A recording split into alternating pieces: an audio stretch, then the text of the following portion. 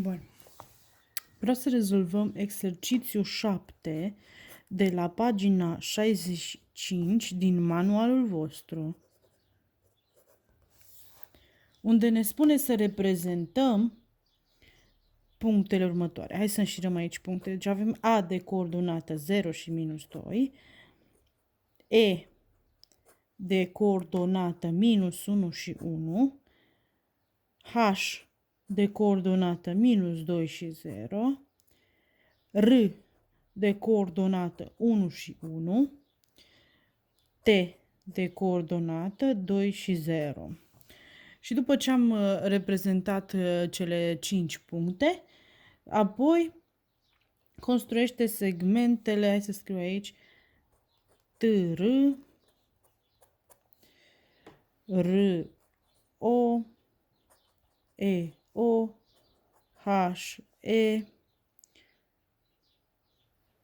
AH și AT. Bun. Pentru ce punem să facem sistemul de axe. Da, haideți să vă trasez puțin mai aici. Bun.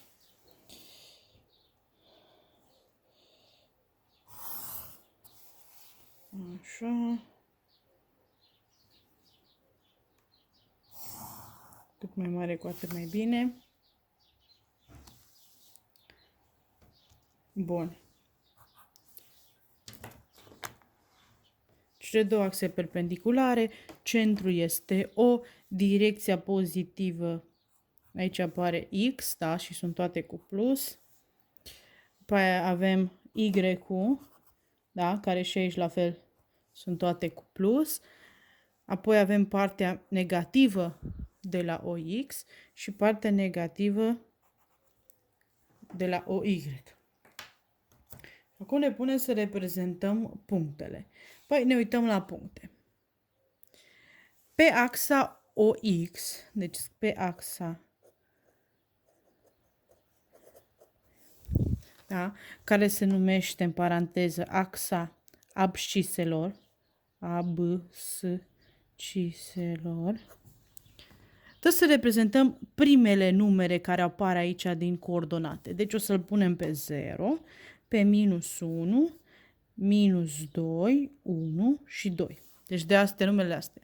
Iar pe axa OY se numește axa ordonatelor. O să avem cea de-a doua coordonată, adică minus 2, 1, 0, 1 și 0 pe care deja l-am pus, da? Bun. Deci revenim la axă. Așa. Și haideți să vedem. 0 deja l-avem reprezentat. Trebuie să luăm unitatea de măsură. Noi o luăm de 1 cm de obicei. Da? 1 km. Și atunci, hai să vedem. Deci trebuie să reprezentăm pe minus 1, minus 2, 1 și 2, că 0 e deja reprezentat. Și atunci de 1 cm. Deci ce avem? Minus 1, minus 2. Minus 1, minus 2, da? Mai departe. 1 și 2. Deci la fel, de 1 cm. 1. Stați să văd unde să pun 1 aici. 1 și 2. Da? Deci le-am pus pe cele de pe axa X. Dați să vă arăt. Da? Deci asta este axa OX. Bun. Trecem mai departe. Să reprezentăm și pe cele de pe axa OY acum. Deci avem minus 2. Deci partea negativă a OY este în jos. Da? Deci avem minus 1, minus 2. Deci minus 2. Bun. Avem nevoie de 0, e deja scris, de 1, deci 1, partea pozitivă este în... uite aici l-am scris deja pe 1, de data trebuie să scriem de 2 ori. Și mai avem aici un 1. Deci astea sunt numere. Și acum ne punem să reprezentăm punctele. Au de coordonată 0 și minus 2. Hai să vedem. 0 pe axa OX și minus 2 pe Y. Deci 0 e deja luat, urmează să luăm pe minus 2. Deci A rămâne fix în minus 2. Deci acolo este punctul A, da? Mai departe, EU. Minus 1, deci primul pe axa OX-ul, minus 1 și 1. Deci mergem paralel, da? Deci la minus 1, direct paralel, până ajungem la 1, da? La fel facem și aici. Și unde se întâlnesc cele două paralele, acolo avem punctul E. Mai departe, punctul H, minus 2, deci minus 2 pe prima axă, minus 2 și 0 pe a doua axă. Deci rămâne în minus 2. Și aici avem H. Mai departe, 1 și 1. Deci 1 luăm pe o X, 1 pe o Y aici. Deci trebuie să ducem frumos paralela la o Y. La fel paralela la o X. Unde se intersectează, acolo îl avem pe R. Bun. Și mai avem un punct 2 și 0. Păi 2 îl luăm pe o X, da? 0 e deja pe o Y, deci rămâne în 2. Și aici este punctul T, da? Noi am reprezentat punctele și acum urmează să trasăm segmentele astea. T, R, R, O, da? Toate astea. Bun. Hai să începem cu primul segment, care este R, T. Deci de la R la T. Punem liniarul. Deci am reprezentat R, T, da? Mai departe, al doilea segment, R și O. O fiind, deci hai să vă scriu, deci O are coordonata 0, 0, da? Aia înseamnă O-ul.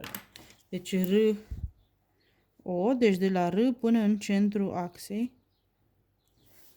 Perfect. Următorul segment, EO. Deci de la E la O. Ia uite aici. Apoi HE. De la H la E. Ia uite, facem un zigzag aici. Sau nu știu ce e asta. AH. Deci de la A la H. Bun. Și ultimul AT. Ia uite că iasă o inimă, probabil. Aproximativ o inimă. Deci asta e exercițiul 7.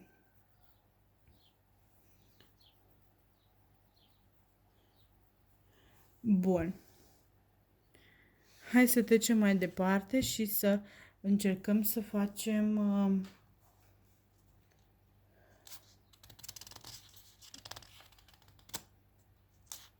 exercițiul.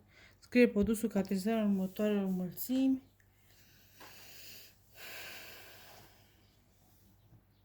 Uite, 9 B mic vreau să facem. Haideți să vedem. Pot să-mi iau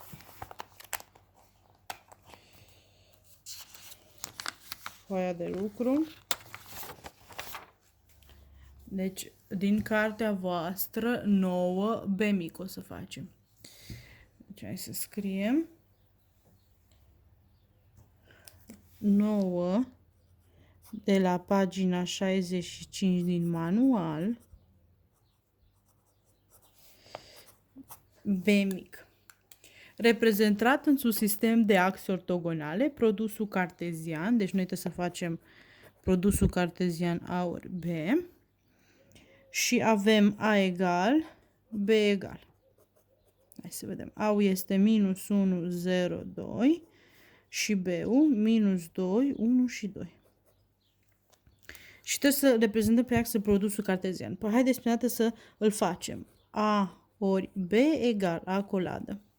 Deci sunt perechile formate din fiecare număr din prima mulțime cu fiecare număr din al doilea, da? Deci îl luăm prima dată pe minus 1. Pe minus 1 îl cuplăm cu minus 2. Prima pereche. Mai departe, minus 1 îl cuplăm cu 1. Mai departe, minus 1 cu 2. Eu o să scriu așa, nu, aici e paranteză rotundă. O să scriu așa în jos să fie mai ușor. Apoi îl cuplăm pe 0. Cu fiecare număr din a doua înmulțime. Deci 0 cu minus 2, 0 cu 1 și 0 cu 2. Da? Mai departe. Acum îl luăm pe 2 și îl cuplăm cu fiecare număr din a doua mulțime. Și avem 2 cu minus 2, 2 cu 1 și 2 cu 2. Și am terminat produsul cartelian. Și acum noi trebuie să prezentăm aceste puncte. Punctele astea, da? Și atunci, nu știu, ca să ne fie nouă mai ușor, le notăm cu niște... Le dăm nume punctelor, da? Adică să zicem A de coordonată minus 1, minus 2, da? Prima. Apoi B de coordonată minus 1, 1. Apoi C de coordonată minus 1, 2. D de coordonată 0, minus 2. Apoi după D urmează E de coordonată 0, 1. A, B, C, D, E. F de coordonată 0, 2. Da? Și urmează ultimul rând. G de coordonată 2, minus 2. H de coordonată 2 și 1. I de coordonată 2 și 2. Să ne fie ușor să reprezentăm aceste aceste puncte. Și atunci ne punem să facem sistemul de axe, da? Eu coace. Și avem în felul următor. Acum, lucrând cu numere mici, unitatea de măsură putem lua de 2 cm, de exemplu. Și atunci, de timpul la sistemul de axe facem O, X, O, Y, da? Uităm că aici este partea pozitivă, negativă și negativă, da? Ca să ne fie ușor. Luăm unitatea de măsură de 2 cm ca să se vadă mai corect. Bine? Și asta luăm unitate. Și acum, ce trebuie să reprezentăm pe axă? Păi punctele astea de la A, care tot timpul o să fie pe axa OX, și punctele de la B o să fie pe axa OY, da? Și atunci, hai să vedem A, să vedem prima dată. Și avem minus 1, să vedem 2 cm, aici, minus 1, 0 și le mai avem pe 2. Și aici avem 1, 2. Bun. Pe cealaltă axă, pe OY, reprezentăm pe minus 2. Deci, minus 1, minus 2. Deci, vedeți, fiecare unitate e de 2 cm acum, da? Și, sau în cazul caietului vostru, de 4 pătrățele. 1 și 2. Deci, astea sunt pozitive. 1, 2. 1 și 2. Bun. Și acum ne punem să reprezentăm punctele, da? A-ul, B-ul, C-ul. Deci A-ul are coordonata minus 1 și minus 2. Păi haideți să vedem. Prima coordonată este pe OX, minus 1, minus 2 luăm pe OY. Deci aici e negativul, ducem paralelă. Trasăm frumos. Aducem paralela și la OX aici.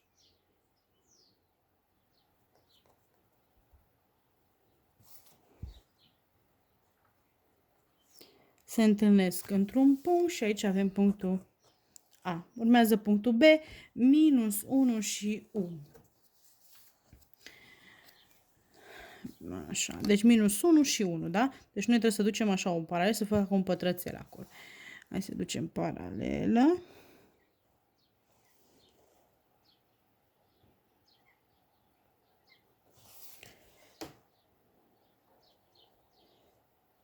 Deci aici îl avem pe B. Minus 1 și 2. Deci de la minus 1 pe prima la 2 pe a doua. Deci trebuie să prelungim un pic aici.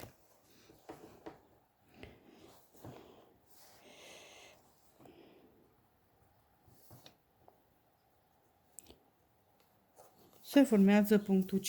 Da? Mai departe. Trecem la următorul rând, la D, E și F. Avem 0, minus 2, 0, 1, 0, 2. Hai să vedem. Deci 0 și minus 2. Păi 0 luăm pe prima axă, pe o X, minus 2 e pe o Y. Înseamnă că rămâne aici minus 2 și este punctul D. 0 și 1, da? Deci 0 pe o X, 1 pe o Y, deci rămâne fix în 1.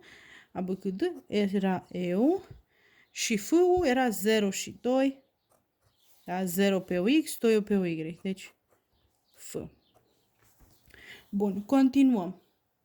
Următorul rând, G, H și I. 2 minus 2, 2, 1 și 2, 2.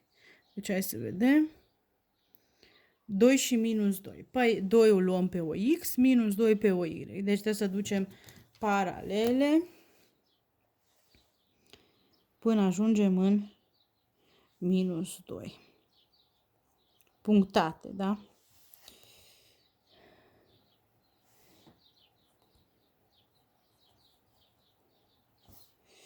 Aici se întâlnesc frumos și formează G. 2 și minus 2. Urmează 2 și 1. Deci 2 pe o X, 1 pe o Y. Punem să trasăm paralela la o X.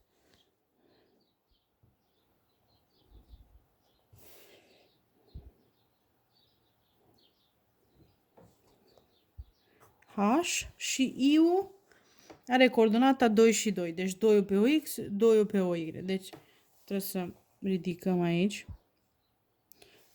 paralela la o Y. Trasați frumos.